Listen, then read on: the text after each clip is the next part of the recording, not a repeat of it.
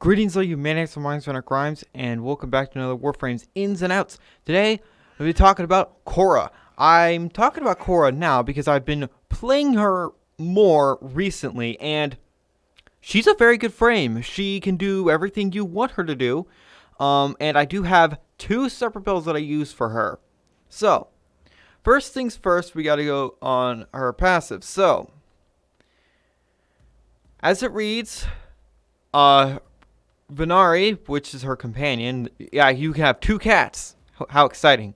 So, yeah, there's all that there. And if it dies, it will come back after like 45 seconds. So, there's that. But Benari really won't always die. It depends on what levels you're going against, what enemy abilities there are, if there's a nullifier around, because nullies will one-shot her and Khoras at high levels. So, yeah, there's that. Anyway.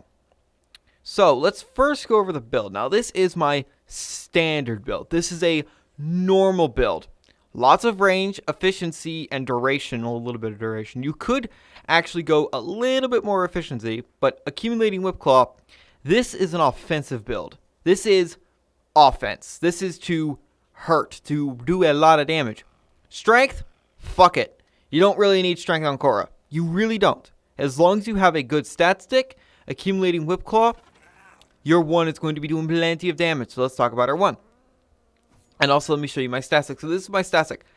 There's a few reasons I'm using the Paracesis, but the main reason is it has 78 capacity with 2 Forma.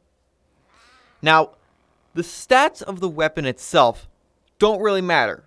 It's the mods that you put on the weapon that matters. So, Condition Overload does not affect Khoras 1. If it did, Khoras 1 would be more powerful than it already is. But anyway, so I have all the crit stuff. I even have full Spoiled Strike for a little bit more damage. Melee speed doesn't matter, and ribbons do affect, but I only have a ribbon for my Plague Kiwar, and my Plague Kiwar isn't the best stat stick for her. I would say go Corrosive over Viral, but that's just me. And I have a whole lot of Corrosive. Every single Corrosive mod, in fact. Voltaic Strike, you don't got it. Forget about it. So I have Prime Pressure Point and also Sacrificial Steel, one from the top. If I had the Endo in the credits, I would definitely max out both of these. And all that stuff. I just don't. So anyway. What can our 1 do? But before we do that, we got to talk about her 2. Because her 2 has a cool synergy with her 1. So, Ensnare. With this build, lots of range for it. And a decent duration. It's good duration. Again, this is an all-rounder build. So, enemies take more damage from her 1. That's all you need to know. Benari, you don't... forget about her. Just honestly, put her on heal mode and forget about her. She does have a pretty decent damage attacks and everything, and she can also disarm enemies. But who cares? She can heal you and your teammates, which is great. So you might be thinking, hey, why don't I put Hunter Adrenaline on? You could if you wanted, but there's no room for it. If you don't have Accumulating Whip Claw, I'd say go for Hunter Adrenaline or Rage, because that way, Benar heals you, and you can constantly use your 1. And her 4, Strangle Dome. Now, Strangle Dome is, well, that animation right there is false. That's her old animation. It will latch on to enemies, hoist them up, and then enemies that are hit with her 1 with it will... all of the enemies will be affected by her 1. So she can actually nuke. So, anyway. So what I do, I put Benari onto 3 on heal. And let me show you the build for Benari, who is gigantic, by the way. There's no cat that's bigger than that. So this is just basic whatever. Just go for like fetch and like link health and link armor. Animal Instinct, if you have primed Animal Instinct, that's fine too. I just threw it on here because why not? But the radar is nice. So you put her on heal. Cool. There's attack, protect, and then heal. I'm sorry I said protect like that. Anyway, let's show what this build can do against Corrupted Heavy Gunners, level 125. So don't doubt Khoras. Accumulated whip claw is going up and up, and look at this damage. That is a more than respectable. And at any sort of normal level, you do that, group of enemies dead. And by the way, this has an AoE. I don't think it shows the AoE it has. I think it does. It's directly affected by your range. Yeah. It has a 10-meter radius, which is big, by the way, it's actually more than most explosive weapons in the game. So using her whip is basically like using the Ogress, just better and with melee mods. So there's that. Let me show you what I mean by nuking with her 4. I turn these guys down just so I can show you the damage more. So you press 4. The enemies immediately get zooged up and they're taking damage over time. It's slash damage. You just do that, you hit them, and everyone else gets hit. And at lower levels and with a full party corrosive projection, Look at this. And you can see Benari attacking because I have it heal. Not heal, attack. There's that. And 235% range. Now, this doesn't look very big, but remember, it has a big grab radius. It's not as big as my loot build, but the grab radius with 235% range, which I think is a bit overkill for an offensive build, is quite large. 23 meters of radius. That's big enough to defend a target and then some. So, that's Khoras' offensive build. Now, her loot setup is more duration, more range. Fuck everything else, and also pilfering Strangledome. This will make enemies drop more loot, and that's it. That's all this build is here for. I use this build when I was going for materials for Railjack. I used this build way back when the only way to get Kuva was Kuva Survival, really. And this build definitely performs. Can it do damage? Sure, but it's not really meant to. It really is just for loot. That's it. You could also slap on Prime Flow, and I'm going to do that because this build, it doesn't have the efficiency. And in fact, can I actually do this? Ah, fuck. I would have to put another form into her, which I eventually might. As you can see, Khora's a good frame. She's very good. So how does she look like when she's going against hordes of enemies? So this is, of course, my offensive build. I'm going to set up a horde, and I'm going to delete said horde. Other than that, stat 6, again, just for me personally, go corrosive and crit. Her whip is going to be doing plenty of slash procs, so don't worry about that. And the mods are what matters, not the weapon itself. All right, set up some dudes, so I'm actually not going to have invincibility on. So this level 60, I'm going to put it up to level 80 after this, because level 60 to level 80 are sort of normal-ish levels that you would see. If you're fighting liches, her 2 can actually stun the lich, and your 1 does more damage with the 2 around an enemy. So, lich die. All right, so let's go. So, you do that. Hits everyone that is wrapped up in her 2. Definitely take care of the big guys first. You see it's still chaining enemies up. And then you can just sort of... Wow, these guys are clueless. You see that it just one-shots. Oh, hello. Hey, you're dead. Benari? You gonna heal me?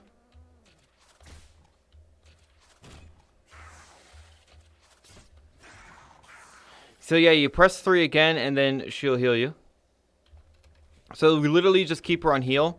And Hunter Adrenaline, and the heal that she gives you is quite nice. It's very good. It's basically like a pocket Oberon. I don't know why I'm doing that like this. So, obviously you can see that Khora is meant for solo.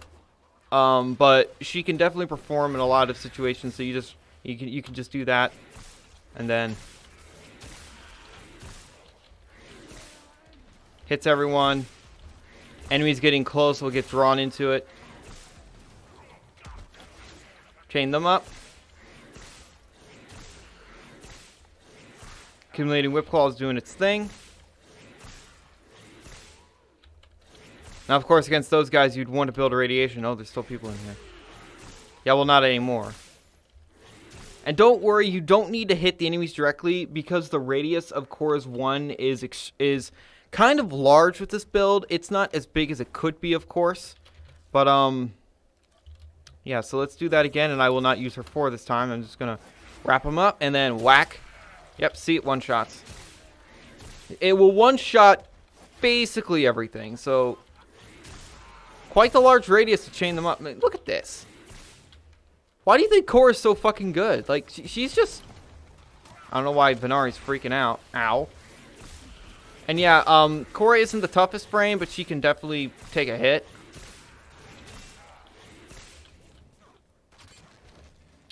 Do you mind?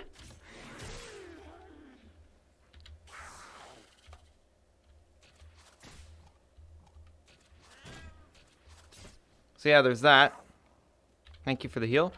I don't know why Benari was freaking out there. I don't... So you see that. So, yeah. Khora's great. She's fantastic. She's wonderful. This is a one-former setup. I don't exactly remember what I replaced. I think I put in Steel Charge. Definitely put in Steel Charge because that affects her 1. But other than that, as you can see, you could say fuck Strength because it's all based on her stat stick now. Having higher strength will make her 1 do ever so slightly more damage, but really, it's all about her stat stick. Now, I have another stat stick that I can show real quick. It is my Hunter's Axe, and I have a ribbon for it. Ooh, I do. Yep. Plague, Kiwar, Visti, Hexek, whatever. Status chance, puncture, melee damage, and combo efficiency minus. So this is just a fuck ton of viral. What difference does it make if you don't have the paracesis and if you have like a Zaw? Well, what difference does it make? Wrap them up and goodbye. Oh, the cat. Yes, your cat can make it crit. Now, of course, viral is going to yeah, do the viral thing. Ow. Stop. And it's pretty much an instant incapacitation. It's not perfect, but it is damn near instant. You can see that viral isn't as good because you're not proccing slash as much as you want. It's probably my Riven, to be honest, because it pushes more puncture forward.